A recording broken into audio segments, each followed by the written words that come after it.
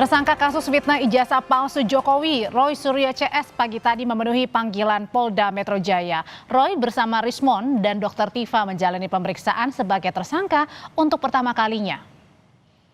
Ketiganya yang masuk klaster kedua tersangka ini tiba di Polda Metro Jaya pada pukul 10 pagi. Sebelum memasuki ruang pemeriksaan, Roy mengaku membawa sejumlah barang bukti yang akan ditunjukkan kepada penyidik. Roy juga kembali mengungkit adanya dugaan kriminalisasi pasca dirinya kembali dari Sydney dalam rangka melihat langsung sekolah tempat Gibran menimba ilmu. Kami tahu bahwa kami akan dikriminalisasi. Dan kenapa kami tahu? Karena apalagi setelah saya, Dr. Rismon dan Dr. Tifa itu udah merencanakan akan menerbitkan buku yang kedua. Buku yang kedua judulnya ada Gibran Black Paper. Dan itu terbukti dengan saya pulang minggu yang lalu dari Sydney dan membuktikan bahwa Gibran memang tidak punya ijazah SMA. Ya, SMA-nya tidak hanya SMA luar negeri, tapi bahkan kalau diserahkan dalam negeri. Dan ini yang semakin buat panik dan kemudian justru ini adalah langkah kita untuk semakin menegakkan kebenaran. Sementara kemarin saat mendatangi Polda Metro Jaya, Sekjen Peradi Bersatu Ade Darmawan meminta penyidik langsung menahan tersangka Roy Suryo CS saat menjalani pemeriksaan perdana. Selain mendorong soal penahanan dalam diskusi dengan penyidik, Peradi Bersatu juga meminta penyidik menyita semua alat bukti digital, termasuk buku Jokowi's White Paper yang digunakan dalam penyebaran informasi menyesatkan tentang ijazah Jokowi. Pesan saya sangat sederhana sekali, ya, bahwa Bang besok kalau diperiksa apakah ditahan atau enggak nih. Terus saya bertanya kepada penyidik, saya boleh bermohon nggak? Boleh Bang. Apa itu permohonannya? Permohonan secara lisannya bisa nggak sih dilakukan penahanan gitu? Ya sah-sah saja Bang kalau untuk permohonan, penahanan dan lain-lain sebagainya. Dijerat pasal tentang dugaan memanipulasi dokumen elektronik ijazah Jokowi, Roy Suryo CS kini diperhadapkan dengan sejumlah pasal berlapis dengan ancaman hukuman terberat yakni 12 tahun pidana penjara. Pertanyaannya, akankah pemeriksaan perdana pada hari ini berujung pada penahanan Roy Suryo dan kawan-kawan? Kita bahas bersama kuasa hukum Roy Suryo CS, Ahmad Kozinudin. Selamat sore, Bang Kozin. Ada juga Wakil Ketua Umum Peradi Bersatu, Lekumanan. Bang Lekumanan, selamat sore. Selamat sore, Mbak. Dan ada juga mantan Kapolda Jawa Barat, Anton Carlian. Selamat sore, Pak Anton. Selamat sore, Mbak Udi. Ya, saya mau ke Bang Kosin dulu. Bang Kosin, ini sampai sore ini, Bang Roy, Mas Roy, Bang Rismon, Dr. Tifa, ini belum juga keluar dari pemeriksaan Polda Metro Jaya. Pertanyaannya, apakah ini pertanda kalau klien Anda akan ditahan hari ini? Baik, saya update bahwa memang terakhir setelah saya tinggalkan Polda untuk kemari itu Dr. Tifa sudah selesai tapi menunggu teken-teken. Kemudian Roy Suryo dan Rismon Hasiolan masih melanjutkan. Itu update terakhir. Soal apakah akan terjadi penahanan atau tidak, ya memang itu kewenangan subjektif ada pada penyidik. Dan alasannya tentu ketika ada kekhawatiran untuk lari, untuk menghilangkan barang bukti dan untuk melakukan kejahatan lagi. Dan kami sudah memastikan bahwa klien kami tidak melakukan itu. Dan kami tadi dengan sejumlah tokoh-tokoh yang ada di Polda Metro Jaya begitu banyak sudah teken jaminan bahwa yang bersangkutan tidak akan melakukan tindakan itu, sehingga kekhawatiran penyidik menjadi diobjektifkan, tidak akan mungkin bisa melakukan penahanan karena tidak ada kekhawatiran itu, karena ada jaminan dari kami. Terlepas bahwa pada akhirnya ya masalah penahanan itu subjektivitas penyidik, suka-suka penyidik begitu. Tapi kami harapkan kami mendapatkan perlakuan yang adil dalam proses penegakan hukum, karena pada saat yang bersamaan Polda Metro Jaya juga memeriksa seorang dan sampai pada status tersangka, yakni Firly Bahuri yang sudah 2 tahun status tersangka sampai hari ini tidak ditahan. Jadi saya kira kami sendiri tidak memiliki rasa khawatir akan terjadi penahanan, apalagi ada pesan dari Presiden Prabowo Subianto terkait hal ini, tidak boleh ada kriminalisasi kepada rakyat kecil begitu. Oke, jadi kalau dari pengacara Roy Suryo, Bang Lekumanan yakin dan meminta untuk tidak ditahan, tapi kenapa Peradi Bersatu justru meminta penyidik Polda menahan Roy Suryo CS? Ya, artinya gini, terkait dengan penahanan memang merupakan kewenangan daripada penyidik ya.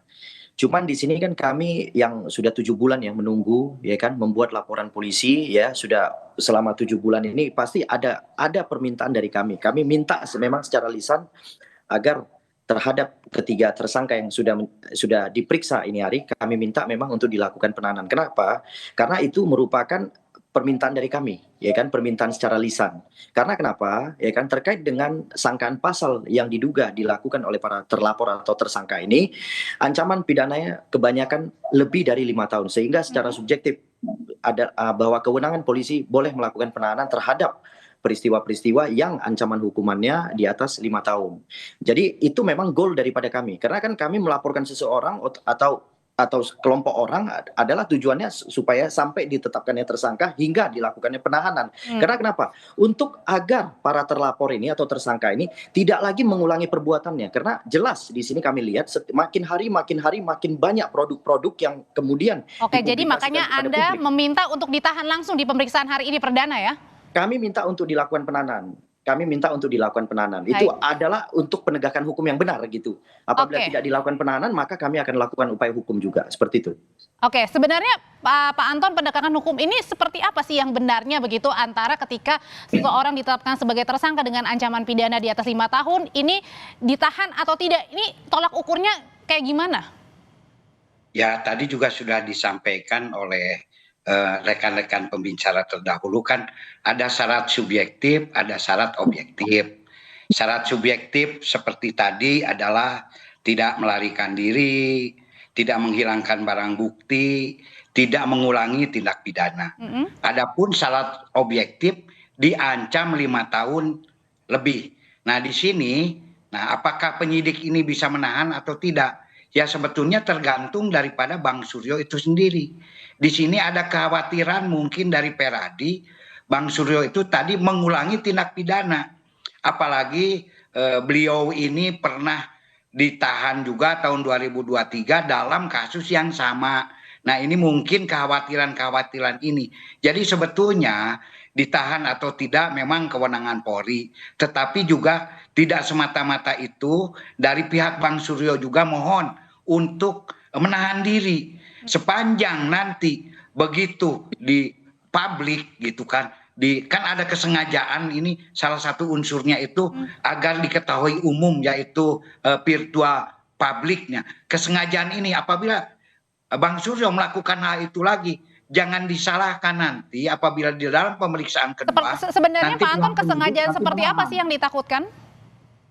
Kenapa? Kesengajaan seperti apa sebenarnya yang ditakutkan ini? Ya kesengajaan kan salah satu di dalam ancaman pidananya ini adalah yaitu 310, 311 dan ujaran kebencian yang bersifat sara.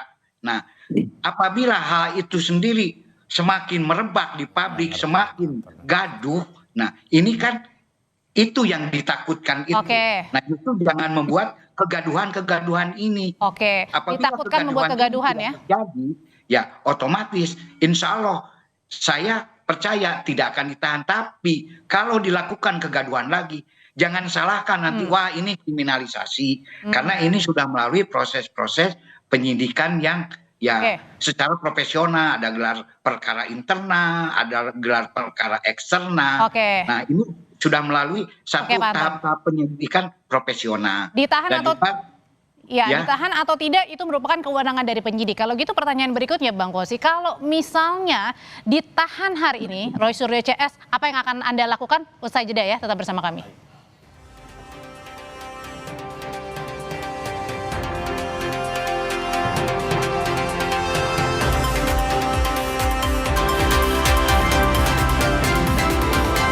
Klien Anda masih diperiksa Bang Kosinuri. Jadi pertanyaannya, kalau misalnya nanti klien Anda nih ditahan langsung hari ini, apa yang akan Anda lakukan? Yang pertama akan saya sampaikan kepada publik seluruh rakyat bahwa institusi Polri tidak adil, tebang pilih, pilih tebang, zolim kepada rakyat. Karena apa? Telah secara telanjang menunjukkan penegakan hukum yang tebang pilih, pilih tebang. Kepada Firly Bahuri tidak ditahan, sementara kepada klien kami ditahan. Kepada Sylvester Matutina yang dulu tahapannya juga penyidikan dan itu pernah menjadi tersangka juga tidak pernah ditahan, padahal pasalnya juga pencemaran, tidak ditahan. Kepada klien kami ditahan. Namun saya ingin tegaskan bahwa kita itu bolehlah berpendapat tetapi jangan prematur atau jangan kesusu begitu. Bung Lecumanan ini kan gak ada relevansinya dengan pemeriksaan hari ini. Hari ini itu adalah pemeriksaan klaster kedua yang dimajukan pemanggilan sebagai tersangka. Di dalam klaster kedua itu tidak ada pasal-pasal yang dilaporkan oleh Lecumanan. Kenapa? Karena di klaster kedua itu justru yang dipersoalkan adalah 310 KUHP, 311 KUHP, 27A Undang-Undang ITE, dan memang ada pasal yang kami konsisten sebut itu selundupan dengan motif untuk menahan, ini pasal 32 Undang-Undang ITE dan pasal 35 Undang-Undang ITE. Sementara klaster pertama itu baru ada 160 KUHP yang dilaporkan oleh Lecumanan dan kawan-kawan. Saya juga heran kepada institusi Polri, ada motif apa begitu? Dalam konferensi pers dinyatakan bahwa ada dua klaster pertama dan klaster kedua. Tetapi ketika pemanggilan justru klaster kedua didahulukan. Jadi dan yang klaster ada permasalahan ada kenapa klaster 2 ini didahulukan dulu? Oh, itu pilihan saja. Cuman saya ingin tegaskan bahwa jangan kita komentar sesuatu yang offset begitu. Lagi pula kalau kita hari ini selalu mengembalikan kepada penyidik bahwa itu kewenangan penyidik, memang benar penyidik punya kewenangan, tapi tidak boleh digunakan secara sewenang-wenang. Secara sewenang-wenang itu adalah dengan ukuran suka-suka kami, SSK. Ya ini apa? Ketika ada problem yang sama, ditangani penyidik yang sama, bahkan ini kasus korupsi lebih bahaya daripada kasus receh ini, tidak ditahan, tapi pada saat yang sama kemudian mau menahan misalnya. Apakah kemudian ada pembedaan warga negara dengan sipil, dengan polisi, dalam hal ini Firly Bahuri, apakah dia latar belakangnya polisi sehingga tidak ditahan? Kemudian hari ini klien kami apakah sipil biasa kemudian ditahan? Dan kembali saya tegaskan, sudah ada legasi dari Presiden Prabowo untuk kasus ijazah palsu. Berarti Anda akan melawan kalau misalnya jelas. Ya ini Gus Dur itu sudah diberikan amnesti. Kasusnya juga ijazah palsu. Itu artinya ada kebijakan umum Presiden bahwa untuk kasus seperti ini janganlah dikriminalisasi. Dan itu sudah jelas. Presiden menyatakan tidak boleh ada kriminalisasi kepada rakyat kecil. Itu pesan kepada aparat penegak hukum termasuk pada institusi kepolisian. Oke, Bang Lecumanan ini ditangkap oleh pengacara Roy Suryo bahwa kalau misalnya akan ditahan ini merupakan bentuk kriminalisasi. Ya, memang di mana-mana ketika seseorang atau namanya tersangka ketika mau ditahan semualah, bukannya klien daripada Pak Kojino. Bahkan terpidana pun tidak mau ditahan itu kliennya dia. Tetapkan tersangka itu akan menyampaikan bahwa adalah suatu perbuatan kriminalisasi yang dilakukan oleh polisi. Tapi dalam hal ini polisi itu adalah penyeimbang, ya kan?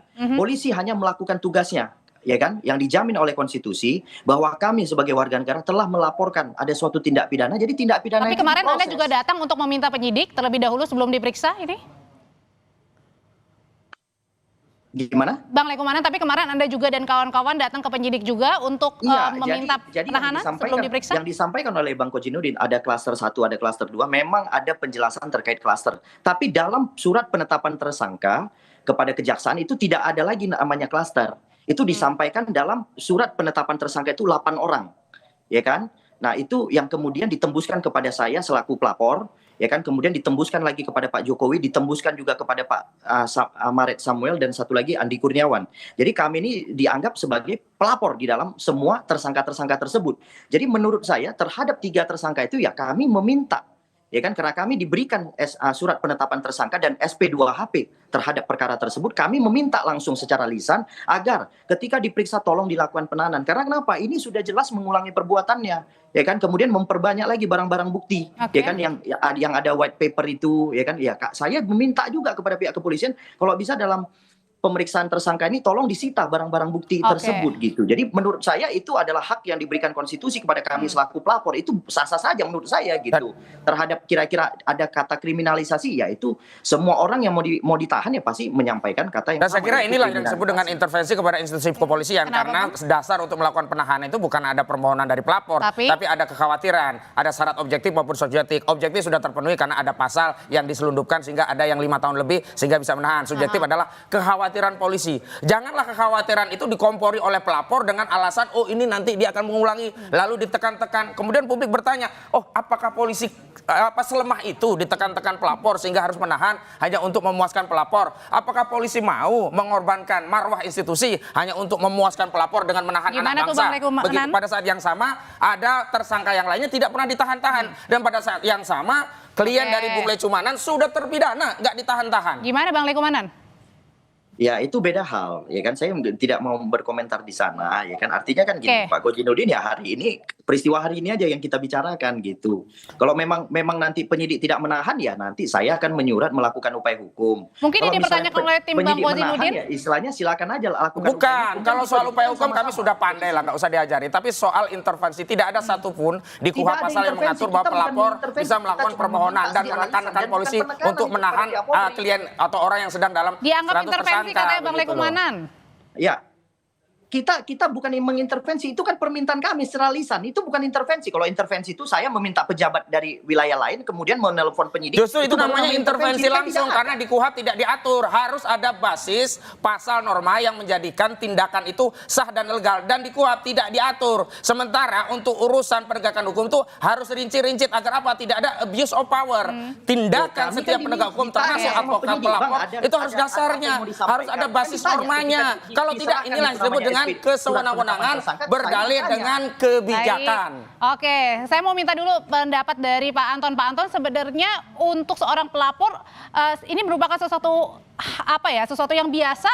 Apakah pelapor juga punya hak begitu ketika sebelum diperiksa para tersangka ini kemudian meminta untuk ditahan? Ya, semua orang kan punya hak. Tadi juga saya menanggapi kalau ini dianggap sebagai sebuah kriminalisasi, kita kan ada alat ukurnya yaitu bisa ke peradilan. Dan setiap kasus itu memang tidak sama. Setiap kasus itu punya satu karakter khusus. Nah di sini justru yang dititik beratkan ini di Undang-Undang ITE atau di 310, 311 itu pencemaran nama baik itu yaitu menyebarkan di muka umum. Nah apabila menyebarkan di muka umum ini makin menimbulkan kegaduhan, diduga hal itu akan terjadi. Nah tidak menutup kemungkinan penyidik akan bertindak. Jadi jangan disamakan, mungkin mohon maaf ini kenapa kalau 310, 311 yang ini tidak ditahan tetapi yang ini ditahan. Jadi setiap kasus itu punya spesifikasi sendiri. Oke. Nah, di sini kita bisa melihat apakah beliau ini Bang Suryo ini ada keseriusan, kesengajaan ingin menyebarkan ya di muka umum tentang ya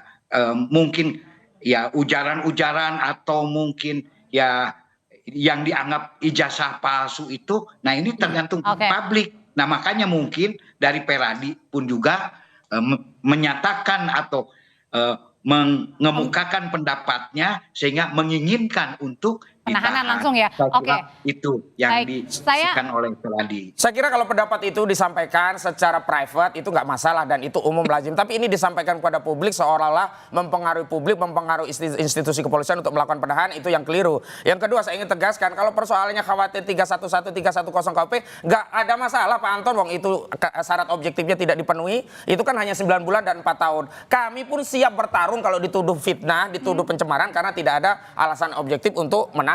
Tapi persoalannya alat kekuasaan dipinjam oleh pelapor, oleh Joko Widodo untuk menyelipkan pasal 32, 35 di kasus Roy Suryo, Tiva dan juga Rismon dan menyelipkan pasal 160 di kasus layer yang pertama yakni Egy Sujana, Kurniatria Royani, DHL, Damai Hari Lubis, Rustam Effendi dan Rizal Fadila. Ini yang tidak adil dan jangan kemudian menggunakan parameter kriminalisasi itu diselesaikan melalui pra peradilan. Pra peradilan itu hanya untuk urusan formil dan Jadi ketika beda pra peradilan artinya. beda karena itu kriminalisasi itu harus diadili dengan apa? Pendapat publik dengan parameter yang objektif. Parameter objektifnya apa? Ada kasus yang sama di Polda Metro Jaya, satu tersangka, satu juga tersangka. Kenapa yang satu nanti ditahan, yang satu dibiarkan? Udah nggak usah pusing-pusing. Apalagi kasusnya kalau kita bicara ancaman pidana terkait masalahnya untuk publik, korupsi itu lebih berbahaya daripada sekedar mencemarkan pribadi orang begitu. Saya mau nanya kalau gitu ke Bang Lekumanan, kenapa Anda dan kawan-kawan ini meminta untuk penahanan, apa alasannya? Alasannya itu yang tadi Mbak, terus mengulangi perbuatannya. Setiap hari ada lagi informasi yang disebar, ya kan? Mencemarkan Kemudian nama baik Pak berusaha- Jokowi maksudnya? mencemarkan nama baik Pak Jokowi, mempengaruhi masyarakat agar masyarakat percaya bahwa produk yang digunakan oleh Pak Jokowi adalah produk palsu. Jadi ini kan bahaya. Sekarang sudah masuk lagi ke Pak Gibran, bahwa Pak Gibran tidak pernah tamat SMA. Ya kan nanti besok lagi masuk lagi ke Jan Etes. Nanti seolah-olah Jan Etes tidak pernah punya akta lahir, kan bingung kita jadi artinya. Jadi saya meminta ini supaya dilakukan penahanan karena kenapa? Agar tersangka ini tidak mengulangi perbuatannya. Ini sudah tiap Itu Bang hari yang diulangi ditakutkan, terus mengulangi perbuatan. Itu kan praduga, sementara sudah jelas ya kliennya Lecumanan sudah terpidana pun tidak pernah ada tuntutan mereka, tolong dong Pak Lecumanan ditahan, ditangkap karena sudah inkrah, nggak ada lagi asas presumption of innocence bisa menjadi dalil untuk tidak menahan orang. Nah di sini belum ada putusan loh. Janganlah anak bangsa kemudian ditahan, kemerdekaannya direnggut, padahal dia belum terbukti secara hukum untuk melakukan suatu tindak kejahatan. Sementara kita ingin orang itu kemerdekaannya dirampas. Berarti memang sudah ada ya motif jahat, bukan penegakan hukum, bukan untuk mencerdaskan umat, mencerdaskan masyarakat tentang kondisi bangsa yang hari ini terbelah hanya gara-gara selembar dokumen. Motif jahatnya begitu. Maksudnya apa nih? Motif jahatnya adalah ingin memenjarakan orang padahal belum ada vonis. Kenapa? Karena dengan demikian mereka merasa pendapat-pendapat yang lainnya itu tidak cocok dengan pendapatnya sehingga pendapat-pendapat ini dianggap kriminal atau kejahatan sehingga pendapat-pendapatnya disampaikan ini jangan lagi ada di ruang publik dengan cara apa? Dipenjarakan orang. Oke, Begitu. apakah Pak Anton sendiri sepakat bahwa tadi ya dengan kalau misalnya ditahan sendiri ini kemudian mengkriminalkan atau mengkotak-kotakan suara-suara dari rakyat nih? Kalau saya ya kurang sepakat lah, karena setiap kasus itu ya punya karakteristik sendiri-sendiri, dan di sini bukan masalah 310 311, justru titik beratnya itu di Undang-Undang ITE.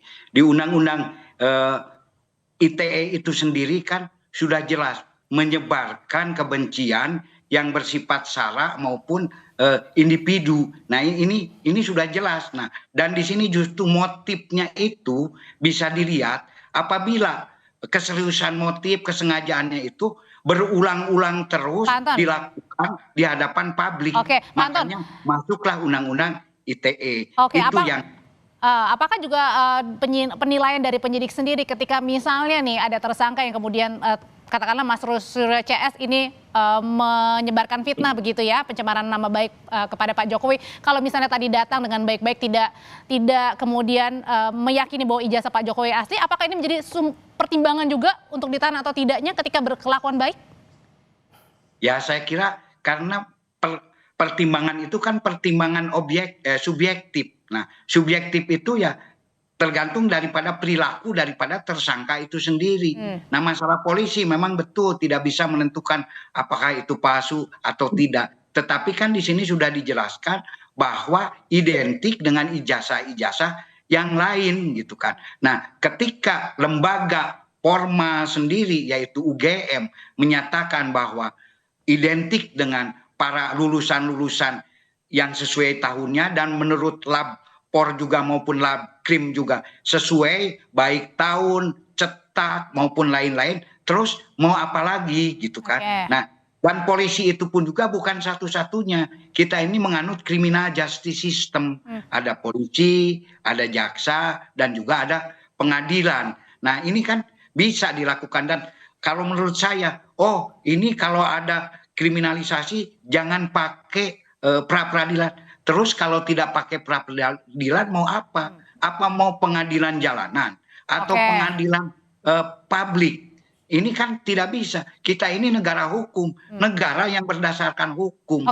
Dan para pengacara pun juga adalah termasuk penegak hukum. Jadi ya taatilah aturan-aturan koridor-koridor hukum dan di sini alat ukurnya hanya satu, pra-peradilan. Kalau pra-peradilan tidak ditempuh terus mau pakai tempuh saja melalui pra-peradilan. Kalau gitu pertanyaan yang sama buat Bapak Burhanuddin. Saya sebut bahwa kenapa Anda meminta kemudian juga yang di sana sebelah sana juga meminta untuk ditahan, Anda juga meminta untuk tidak ditahan. Karena belum ada vonis dalam kasus ini dan alasan-alasan itu sangat subjektif. Janganlah subjektivitas itu menghilangkan hak orang untuk mendapatkan keadilan setara di hadapan hukum. Sudah ada yang lain tersangka tidak ditahan, yang ini mau ditahan. Yang kedua, janganlah arah-arahkan ngajari kami ke pra-peradilan. Saya juga sudah tahu alasan subjektif polisi itu namanya SSK, suka-suka kami. Dan itu sudah banyak terjadi. Kami sudah tegaskan, sudah jamin. Misalnya ya ini subjektivitas khawatir. Kalau sudah kita jamin harusnya kan nggak ada kekhawatiran. Itu juga nggak diindahkan oleh polisi. Sekarang saya ingin tegaskan begini saja. Kalau institusi kepolisian lebih memilih suka-suka kami itu sebagai parameter untuk menahan seorang ketimbang masyarakat yang hari ini menonton, melihat kasus ini secara luas jutaan orang, ya kami persilakan, tetapi kami tidak ridho institusi kepolisian menjadi turun wibawanya, rusak legitimasi hanya gara-gara ingin melayani laporan dari saudara Makanya Anda Lesti bilang dan siap juga tempur. saudara Jokowi. Ya, kami siap tempur dan metode untuk bertempur itu pilihan kami. Mana yang kami tempuh tidak usah diajari begitu. Bang Lekumanan, kalau misalnya hari ini Roy Suryo CS tidak ditahan, apa yang Anda akan lakukan?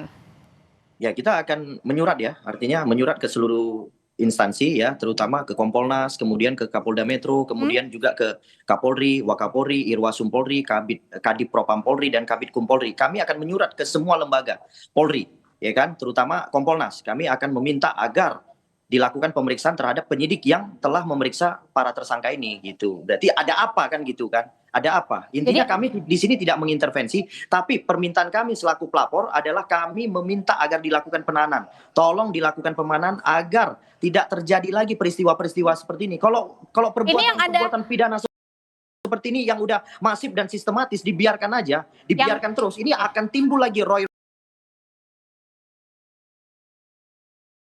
lainnya gitu loh. Oke. Karena itu tunjukkan saja ijazahnya biar situasi ini segera jelas, selesai. Gitu Selama ini kan dibikin masalah karena ijazah itu tidak pernah diperlihatkan. Ijazah inilah sumber kegaduhan selama ini. Sehingga terbelahlah anak bangsa. Orang otot-ototan hanya gara-gara selembar ijazah. Jahat sekali nih orang yang punya ijazah nggak nunjuk-nunjukin sehingga anak bangsa ini terbelah. Oke, sudah kita tangkap kalau gitu pesannya. Bang Kozi, terima kasih. Bang Lekumanan, terima kasih. Pak Anton, terima kasih. Selamat sore semua. Sore.